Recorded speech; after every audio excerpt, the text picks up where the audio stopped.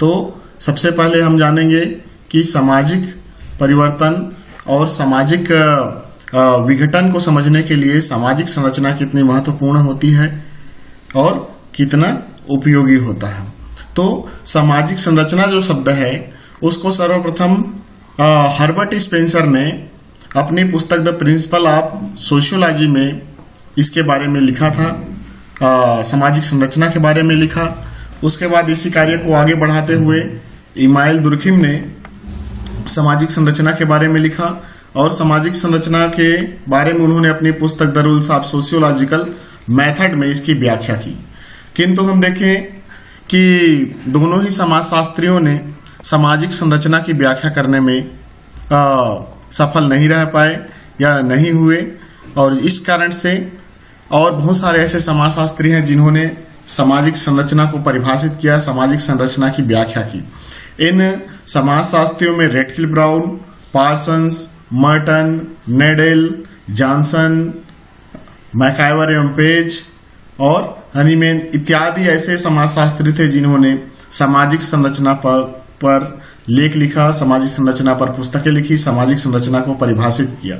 तो इस प्रकार से सामाजिक संरचना समाजशास्त्र की महत्वपूर्ण विषय वस्तु है, आधारभूत विषय वस्तु है। इसको समझे बिना हम सामाजिक परिवर्तन, सामाजिक विघटन और सामाजिक प्रक्रियाओं को हम नहीं समझ सकते। इसलिए सामाजिक संरचना समाजशास्त्र की महत्वपूर्ण विषय वस्तु है। सामाजिक संरचना को की अर्थ एवं परिभाषा देखें तो सामाजिक संरचना का अर्थ होता है समाज की संरचना, अर्थात जिस प्रकार मानव शरीर की संरचना होता है, एक ढांचा होता है कि वह हड्डी और मांसपेशियों और मसल से मिलकर बना होता है, ठीक उसी प्रकार समाज की भी एक संरचना है जो कि अनेक इकाइयों से मिलकर बना हुआ है। समाज के भी बहुत सारे इकाइयां हैं और इन्हीं इकाइयों से मिलकर समाज जो है बना हुआ है। तो उसी ढांचा या आकार को हम समाज की संरचना कह सकते हैं। अब अलग अलग समाजशास्त्रियों ने इसकी अलग अलग परिभाषा दी है और इस परिभाषा के अनुसार यदि हम देखें तो कार्ल मानिम एक समाजशास्त्री हैं जिन्होंने सामाजिक संरचना को परिभाषित करते हुए लिखा है कि सामाजिक संरचना सामाजिक शक्तियों का जाल है। सामाजिक जो संरचना है वो सामाजिक शक्तियों का जाल है। तो शक्तियों का जाल है का मतलब है कि जिस प्रकार एक जाल बहुत सारे धागों के एक क्रमबद्ध एवं व्यवस्थित विन्यास या जुड़ाव से एक जाल बनता है, बहुत सारे धागे आपस में मिलकर एक क्रमबद्ध रूप से एक निश्चित जगह में एक निश्चित शेप में मिलते हैं, तो उससे क्या बनता है, उससे जाल बनता है। तो ठीक उसी प्रकार समाज की जो संरचना है वो बहुत सारे शक्तियों से मिलकर बना हुआ है। और शक्ति का मतलब होता है कि ऐसे साधन जो सामाजिक जीवन में स्थिरता और निरंतरता लाते हैं। तो सोशल पावर का मतलब है कि ऐसे नियंत्रक इकाइयां या नियंत्रित करने वाली इकाइयां जो सामाजिक जीवन में स्थिरता लाते हैं, गतिशीलता लाते हैं और निरंतरता लाती हैं। तो इन्हीं इकाइयों से मिलकर जो है वो समाज रूपी जाल बना हुआ है। इसलिए कार्ल मानिम ने कहा है कि सामाजिक संरचना जो है वो सामाजिक शक्तियों का जाल है, सोशल पावर का नेट है। इसके आगे हम चलें तो पार्सन का कोटेशन मिलता है और पार्सन का कोटेशन यह है कि सामाजिक संरचना परस्पर संबंधित एजेंसियों, सामाजिक प्रतिमानों, संस्थाओं और संस्थाओं में के सदस्य द्वारा ग्रहण किए गए पद और उन पदों के अनुरूप जो कार्य हैं उनकी विशिष्ट क्रमबद्धता को कहते हैं। तो कहने का मतलब है कि समाज में बहुत सारे अंग हैं और ये अंग एजेंसियां हो सकते हैं, सामाजिक संस्थाएं हो सकती है, सामाजिक प्रतिमान हो सकते हैं और परिस्थिति एवं भूमिका हो सकते हैं जो विशिष्ट क्रमबद्धता के आधार पर व्यवस्थित हैं। और जब ये आपस में व्यवस्थित होते हैं तो फिर समाज का संरचना का निर्माण होता है। तो यहाँ हम देखें तो पार्सन्स ने 3 बातों का उल्लेख किया है। तो सबसे पहले कि संस्थाओं, एजेंसियों, प्रतिमानों तथा ग्रहण किए गए पदों की क्रमबद्धता है, और दूसरा ये सभी इकाइयां आपस में अंतर व्यवस्थित को रिलेटेड होते हैं, तब संरचना का निर्माण होता है और विशिष्ट क्रमबद्धता के रूप में आपस में ये जुड़े होते हैं।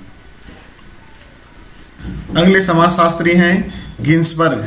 तो गिन्सबर्ग ने सामाजिक संरचना को कैसे परिभाषित किया है कि सामाजिक संरचना समूहों, समितियों तथा संस्थाओं के प्रकार एवं उनके संकुल से मिलकर बना हुआ है। कहने का वही मतलब है कि सामाजिक जो संरचना है वो समाज में बहुत सारी जो समितियां हैं, संस्थाएं हैं और उनके अनेक स्वरूप हैं, तो इन सब के युग्मन से मिलकर सामाजिक संरचना बना हुआ है। आगे चले, मैकाइवर और पेज के कोटेशन हम देखेंगे। अगले समाजशास्त्री हैं मैकाइवर और पेज। तो मैकाइवर एवं पेज ने अपने कोटेशन में लिखा है कि सामाजिक संबंधों की अमूर्त व्यवस्था से की इकाइयों को हम सामाजिक संरचना कहते हैं। अर्थात सामाजिक जो संरचना है वो सामाजिक संबंधों की व्यवस्था है जो कि अमूर्त है, अर्थात हमें दिखाई नहीं पड़ता है। इनके कहने का तात्पर्य है कि समाज जो है वो बहुत सारे सामाजिक संबंधों से मिलकर बना हुआ है, सामाजिक संबंधों की इकाइयों से मिलकर बना हुआ है, जैसे कि नातेदारी, परिवार, विवाह, प्रतिमान, मूल्य, संस्था, समूह, समिति, ऐसे बहुत सारे निर्माणक इकाई है जिनसे मिलकर समाज बना हुआ है और उन्हीं संबंधों की व्यवस्था से मिलकर समाज की संरचना बनी हुई है। तो समाज की निर्माणक इकाई है और उन्हीं इकाइयों का एक व्यवस्थित क्रमबद्धता के आधार पर जो जुड़ाव है वही क्या कहलाता है, वही कहलाता है सामाजिक संरचना। यानी सामाजिक संरचना ढांचा है जो कि बहुत सारे इकाइयों से मिलकर बना हुआ है। तो इस प्रकार से हमने यहाँ 3-4 समाजशास्त्रियों के कोटेशन भी देखे, जिसमें कार्ल मैनहिम को हमने देखा जो बोलते हैं कि सामाजिक संरचना जो है वो सामाजिक शक्तियों का जाल है और सामाजिक शक्ति क्या है, तो वह साधन जिससे कि सामाजिक जीवन में स्थिरता आती है और वही स्थिरता या वही शक्ति आपस में मिलकर क्रमबद्ध रूप से व्यवस्थित होते हैं तो समाज की संरचना बनती है। हमने देखा पार्सन्स को जो कि बोलते हैं कि सामाजिक संरचना जो है वो संस्थाओं, एजेंसियों, प्रतिमानों और समूह में धारण किए गए पदों तथा उनके अनुरूप किए गए कार्यों की विशिष्ट क्रमबद्धता है। इसके बाद हमने देखा जिन्सबर्ग को जो फिर उसी बात को दोहराते हैं कि समूह में समूहों, समितियों, संस्थाओं तथा इनके संकुलों का समूह है। और इसके अतिरिक्त मैकाइवर पेज को भी हमने देखा, तो मैकाइवर पेज का भी यही कहना है कि समाज जो है वो सामाजिक संबंधों की अमूर्त व्यवस्था है और सामाजिक संबंधों की अमूर्त व्यवस्था ही ये इकाई के रूप में सामाजिक संरचना का निर्माण करती है। तो मोटे तौर पर हम देखें तो सभी समाजशास्त्रियों का यही कहना है कि जिस प्रकार मानव शरीर बहुत सारे अंगों से मिलकर बना हुआ है, मानव शरीर का एक संरचना है, ठीक उसी प्रकार समाज की भी एक संरचना है जो बहुत सारी इकाइयों से मिलकर बना हुआ है, जो संस्थाएं हैं, प्रतिमान हैं, मूल्य है, नातेदारी, परिवार, विवाह, धर्म, जाति व्यवस्था। तो यही जो व्यवस्थाएं हैं वो आपस में मिलकर समाज रूपी ढांचा को बनाते हैं और वही ढांचा जो है वो सामाजिक संरचना कहलाती है, यानी समाज की संरचना कहलाती है।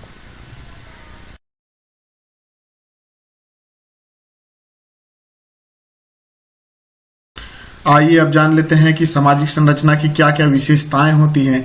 तो सामाजिक संरचना की बहुत सारी विशेषताएं होती है और सामाजिक संरचना की पहली विशेषता में हम देखते हैं कि सामाजिक संरचना जो है वो समाज के बाह्य स्वरूप का बोध कराता है।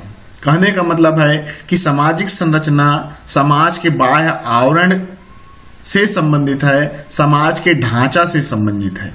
अर्थात जिस प्रकार एक मानव शरीर बहुत सारे अंगों से मिलकर बना है, हड्डी से मिलकर बना है, मांसपेशियों से मिलकर बना हुआ है और उसका जो बाह्य स्वरूप जो हमको दिखता है वही वह ढांचा कहलाता है, शरीर की संरचना कहलाता है। ठीक उसी प्रकार समाज जो है वो बहुत सारे इकाइयों से मिलकर बना हुआ है और वही उन्हीं इकाइयों का जो बाह्य स्वरूप है या जो ढांचा है या जो क्रमबद्ध रूप में व्यवस्थित है और समाज का जो स्वरूप है वही हमको सामाजिक संरचना के रूप में दिखाता है। तो कहने का मतलब है कि सामाजिक संरचना का जो संबंध है वह समाज के बाह्य स्वरूप से है, समाज के बाह्य आकार से है, परिदृश्य से है या संरचना से है।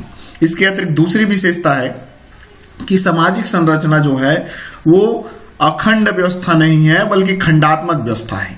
जिस प्रकार एक जो घर होता है, मकान होता है, वो ईंट, रेत, गिट्टी और सीमेंट, इसके अतिरिक्त लकड़ी, कंक्रीट, बहुत सारे चीजों से मिलकर बना हुआ होता है। अलग अलग चीजों से मिलकर बना हुआ होता है, ठीक उसी प्रकार समाज भी अलग अलग इकाइयों से मिलकर बना हुआ है। परिवार, विवाह, धर्म, नातेदारी, समुदाय, समिति, संस्था, समूह, मूल्य, प्रतिमान, ऐसे बहुत सारे ऐसे कारक हैं जिनसे मिलकर समाज रूपी जो घर है वो बना हुआ है। तो सारे जो इकाइयां हैं वो खंड खंड रूप में अलग अलग बटा हुआ है। जिस प्रकार मकान ईंट, रेत, गिट्टी अलग अलग चीजों से बना हुआ है, खंड खंड व्यवस्था पाया जाता है, खंडात्मक इकाई पाया जाता है, ठीक उसी प्रकार समाज रूपी जो घर है वो भी अलग अलग इकाइयों के रूप में व्यवस्थित है। तो इस प्रकार से हम कह सकते हैं कि अखंड व्यवस्था नहीं है सामाजिक संरचना, जबकि बल्कि वह खंडात्मक विभाजन पाया जाता है, अलग अलग इकाइयों से मिलकर बना हुआ है। इसके अतिरिक्त तीसरी विशेषता हम देख सकते हैं अंतर संबंधित इकाइयों की सुव्यवस्थित स्वरूप। कहने का मतलब है कि ये जब इकाइयां आपस में अंतर संबंधित होती है, एक दूसरे से मिलते हैं, एक दूसरे से जुड़ते हैं, तभी इनका जो स्वरूप है वह हमको दिखाई पड़ता है घर के रूप में या समाज के रूप में या समाज के स्वरूप के रूप में। घर के रूप में कहने का मतलब है कि ये जो रेत, ईंट, गिट्टी आपस में जब मिलते हैं तभी घर का निर्माण होता है। ठीक उसी प्रकार समाज का भी निर्माण इन इकाइयों के या समाज रूपी निर्माणक इकाइयों के मिलने से ही बनता है। आगे हम देखें तो चौथी विशेषता है इकाइयों में क्रमबद्धता पाया जाता है।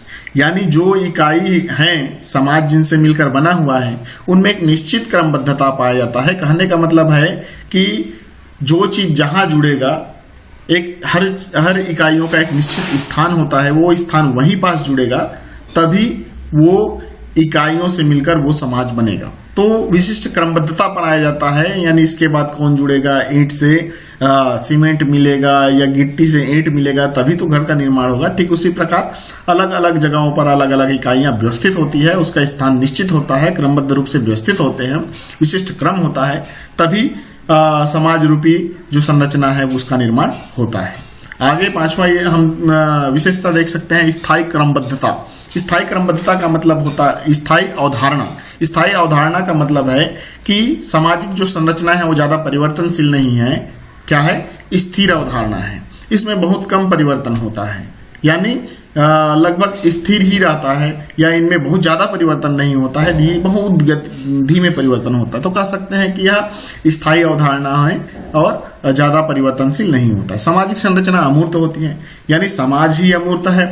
समाज शास्त्र में समाज की जो व्यवस्था अमूर्त है, समाज की अनेक इकाइयां अमूर्त है और उन्हीं इकाइयों से मिलकर सामाजिक संरचना बना है, इसलिए हम सामाजिक संरचना को भी अमूर्त कह सकते हैं। सातवां विशेषता है कि सामाजिक संरचना अनेक उप संरचनाओं से बना होता है। कि सामाजिक संरचना जिस प्रकार शरीर छोटे छोटे अंगों से मिलकर बना होता है और वो अंग बहुत सारे ऊतकों से मिलकर बना होता है, और बहुत सारे ऊतक जो है वो आपस मिलकर अंग बनाते हैं और अंग जो है शरीर बनाते हैं। ठीक उसी प्रकार समाज रूपी जो निर्माणक अंग हैं, इकाइयां हैं, वो छोटे छोटे हैं, वो मिलकर अंग बनाते हैं और वो अंग मिलकर आपस में, वो इकाई मिलकर आपस में शरीर बनाते हैं, तो या समाज बनाते हैं। तो ठीक उसी प्रकार छोटे। आठवीं विशेषता है कि सामाजिक संरचना में जितने भी इकाई हैं उनका पूर्व निश्चित स्थान होता है एवं पद होता है। अर्थात कहने का मतलब है कि एक घर के बनने में ईंट का निश्चित जगह पर जमना, कंक्रीट का निश्चित जगह पर जमाव, दरवाजे, खिड़कियां एक निश्चित जगह होता है, उनके लिए निश्चित जगह होता है, तब घर बनता है। ठीक उसी प्रकार समाज के बनने में जितने भी इकाइयां हैं उनका एक अलग अलग जगह होता है। संस्थाएं, समूह, समिति, श्रोता समूह, भीड़, जनता, इन सबका एक निश्चित स्थान होता है और वो निश्चित स्थान पर जमते हैं, तभी समाज की संरचना बनती है। इसके अतिरिक्त नौवीं विशेषता हम कह सकते हैं कि स्थानीय विशेषताओं से प्रभावित होती है। कोई भी समाज की जो संरचना है वो स्थानीय विशेषताओं से प्रभावित होती है। कहने का मतलब है कि जो स्थानीय संस्कृति होती है उससे भी प्रभावित होती है। लोगों के जो रहन सहन के तरीके हैं, संस्कृतियां हैं, अलग अलग कल्चर हैं, तो उससे भी समाज की संरचना प्रभावित हो सकती है। कहीं आत्महत्या की दर कहीं ज्यादा हो सकती है, कहीं कम हो सकती है, कहीं पालना घर नहीं होंगे, कहीं वृद्धाश्रम नहीं होंगे। हमारे ग्रामीण समाज में वृद्धाश्रम देखने को नहीं मिलते हैं, विश्यालय देखने को नहीं मिलते हैं, किंतु नगरीय समाजों में वृद्धाश्रम भी मिलेंगे आपको और विश्यालय भी मिलेंगे और बहुत सारे ऐसी संस्थाएं मिल सकते हैं। तो स्थानीय विशेषताओं से प्रभावित होती है। इसके अतिरिक्त 10वीं विशेषता हम मान सकते हैं कि सामाजिक संरचना में विघटनकारी तत्व भी उपस्थित होते हैं। कहने का मतलब है कि सामाजिक संरचना में दोनों चीजें होती है, संगठनकारी तत्व और विघटनकारी तत्व। संगठनकारी तत्व मतलब जो समाज के संगठन को बढ़ावा देते हैं, और विघटनकारी तत्व जो समाज के संरचना को नष्ट करते हैं, विघटन करते हैं, तोड़ते हैं। तो ऐसे दोनों कारक होते हैं जो समाज की संरचना को बढ़ाते भी हैं और समाज की संरचना को तोड़ते भी हैं। तो दोनों प्रकार के तत्व उपस्थित होते हैं। 11वां, सामाजिक प्रक्रियाएं भी इसमें महत्वपूर्ण होती हैं। कहने का मतलब होता है कि सामाजिक जो प्रक्रियाएं हैं, जैसे कि संघर्ष, प्रतिस्पर्धा और अनुकूलन, विचलन, ये जो सामाजिक प्रक्रियाएं होती है या परिवर्तन, तो ये जो सामाजिक प्रक्रियाएं हैं जिनसे समाज में परिवर्तन आता है, समाज में उतार चढ़ाव आता है, वो प्रक्रियाएं भी सामाजिक संगठन के लिए महत्वपूर्ण कारक या उत्तरदायी कारक होते हैं। तो इस प्रकार से हमने देखा सामाजिक संरचना के बहुत सारी विशेषताएं होती है। पहली विशेषता देखा हमने कि सामाजिक संरचना जो होता है वो समाज के बाह्य स्वरूप का बोध कराता है। दूसरा, सामाजिक संरचना जो होता है वो खंडात्मक विभाजन को दर्शाता है, खंड व्यवस्था नहीं है। सामाजिक संरचना संबंधित इकाइयों का सुव्यवस्थित स्वरूप है और सामाजिक इकाइयों के क्रमबद्धता को दर्शाता है। यह एक स्थायी अवधारणा है। सामाजिक संरचना एक अमूर्त व्यवस्था है, अनेक उप संरचनाओं से बना होता है। प्रत्येक इकाई का पूर्व निश्चित स्थान एवं पद होता है और स्थानीय विशेषताओं से भी यह प्रभावित होता है। सामाजिक संरचना में विघटनकारी तत्व भी पाए जाते हैं और सामाजिक प्रक्रियाएं भी इसके लिए उत्तरदायी या महत्वपूर्ण कारक होते हैं। तो ये सब सामाजिक संरचना की विशेषताएं हैं।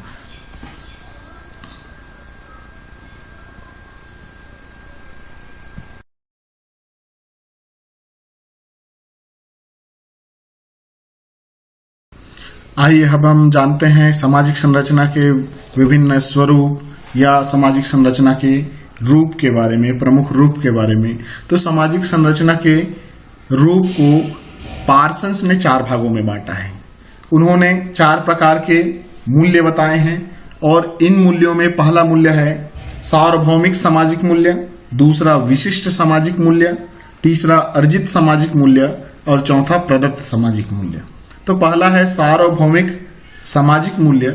तो सार्वभौमिक सामाजिक मूल्य कहने का मतलब होता है कि ऐसे मूल्य जो सारे समाजों में फैले हुए होते हैं, जिसको सारे समाज के लोग मानते हैं, जैसे कि सत्य, अहिंसा, पवित्रता, सारे समाजों में पाया जाता है। हिंदू, मुस्लिम, सिख, बौद्ध, ईसाई, जैन, पारसी, ये सारे समाजों में सत्यता, पवित्रता, विनम्रता या ऐसे बहुत सारे गुण हैं जो सारे समाजों में पाए जाते हैं। तो ऐसे जो मूल्य हैं वो सार्वभौमिक सामाजिक मूल्य कहलाते हैं। दूसरा है विशिष्ट सामाजिक मूल्य, मतलब ऐसे जो मूल्य होते हैं जो कुछ एक समाजों में या विशिष्ट रूप से कुछ एक समाजों में पाया जाता है। जैसे कि हम कह सकते हैं कि गोत्र की भावना या पवित्रता, गोत्र की भावना, वंश की भावना या मूर्ति पूजा कुछ एक क्या बोल सकते हैं धर्मों में ही है, कुछ एक समूह के लोगों में है, जैसे कि हिंदुओं में है, मुस्लिमों में नहीं है। तो ये कुछ ऐसे मूल्य होते हैं जो कुछ एक समाजों में फैले होते हैं, तो इसको हम विशिष्ट सामाजिक मूल्य कहते हैं। तीसरा होता है अर्जित सामाजिक मूल्य। कहने का मतलब है कि समाज में कुछ ऐसे पद होते हैं, मूल्य होते हैं, जिसको व्यक्ति प्रयत्न के आधार पर, अपने गुणों के आधार पर उसको प्राप्त करता है।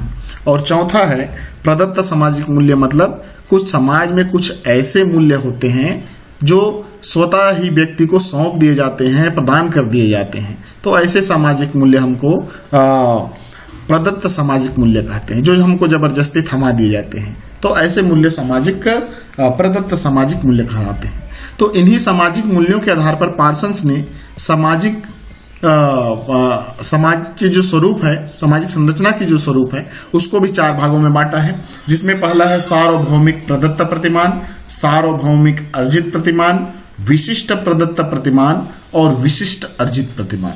तो सार्वभौमिक प्रदत्त प्रतिमान का मतलब है, तात्पर्य है कि सार्वभौमिक रूप से कुछ प्रतिमान या मूल्य सौंप दिए जाते हैं सारे समाजों में जो फैले होते हैं। दूसरा अर्जित प्रतिमान का तात्पर्य है कि व्यक्ति अपने गुणों के आधार पर, अपने प्रयत्न के आधार पर कुछ प्रतिमान अर्जित करते हैं।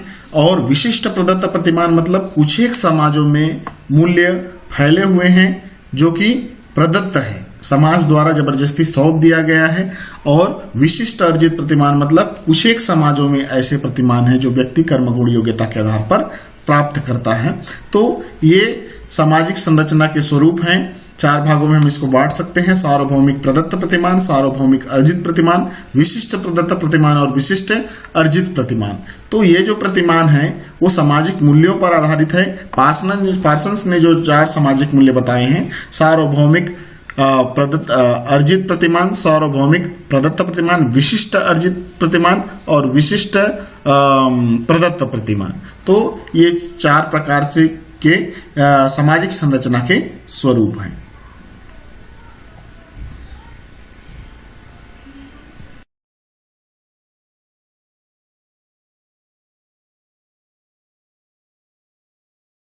सामाजिक संरचना के इस चैप्टर में एक और अवधारणा है जिसको हम प्रकार्य कहते हैं। प्रकार्य यानी फंक्शन या प्रकार्य की अवधारणा मतलब कॉन्सेप्ट ऑफ फंक्शनलिज्म यानी फंक्शन। तो प्रकार्य को जिसको हम कार्य बोलते हैं समाजशास्त्री भाषा में, उसको हम प्रकार्य कहते हैं। तो प्रकार्य की अवधारणा को भी हम इसी खंड में शामिल करते हैं। चूंकि यह अति आवश्यक अवधारणा तो है, किंतु हमारे प्रश्न पत्र में ये अधिकांशतः ये नहीं ही आता है, तो उतना ज्यादा इंपॉर्टेंट नहीं है, किंतु आपको समझना चाहिए कि प्रकार्य हम किसको कह सकते हैं। तो प्रकार्य का मतलब होता है किसी भी इकाई द्वारा किया जाने वाला कार्य। समाज जो है वो बहुत सारी इकाइयों से मिलकर बना हुआ है और हर इकाइयों का कुछ ना कुछ कार्य होता ही है। तो उन्हीं इकाइयों के कार्यों को यानी अच्छे कार्यों को हम प्रकार्य बोलते हैं, प्रकार्य कहते हैं। अच्छे कार्यों को हम प्रकार्य कहते हैं। जिस प्रकार शरीर जो है वो मानव शरीर जो है वो बहुत सारे अंगों से मिलकर बना हुआ है और अंग जो है वो बहुत सारे ऊतक से मिलकर बना हुआ है और ऊतक जो है वो छोटे छोटे टिश्यू या कोशिका से मिलकर बना हुआ है। तो छोटे छोटे कोशिका आपस में मिलकर ऊतक बनाते हैं, ऊतक आपस में मिलकर अंग बनाते हैं और अंगों से मिलकर शरीर बना हुआ है।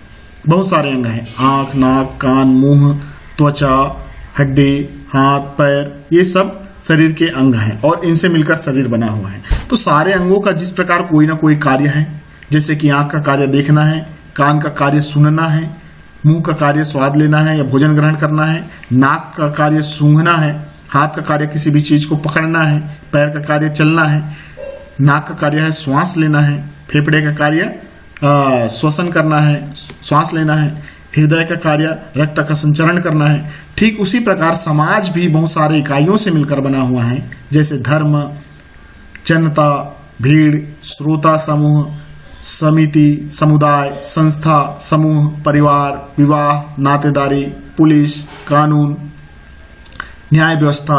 तो इस प्रकार इन सारे कार्यों से सारे अंगों से मिलकर समाज बना हुआ है और प्रत्येक अंग का कोई ना कोई कार्य अवश्य ही है। परिवार के अलग कार्य हैं, विवाह के अलग कार्य हैं, पुलिस व्यवस्था के अलग कार्य हैं और ये सारे अंग अपने अपने कार्यों को यदि अच्छे से कर रहा है तो वह कार्य इन अंगों के प्रकार्य कहलाएंगे। कहने का मतलब है कि पुलिस व्यवस्था यदि अच्छे से कार्य कर रहा है तो वो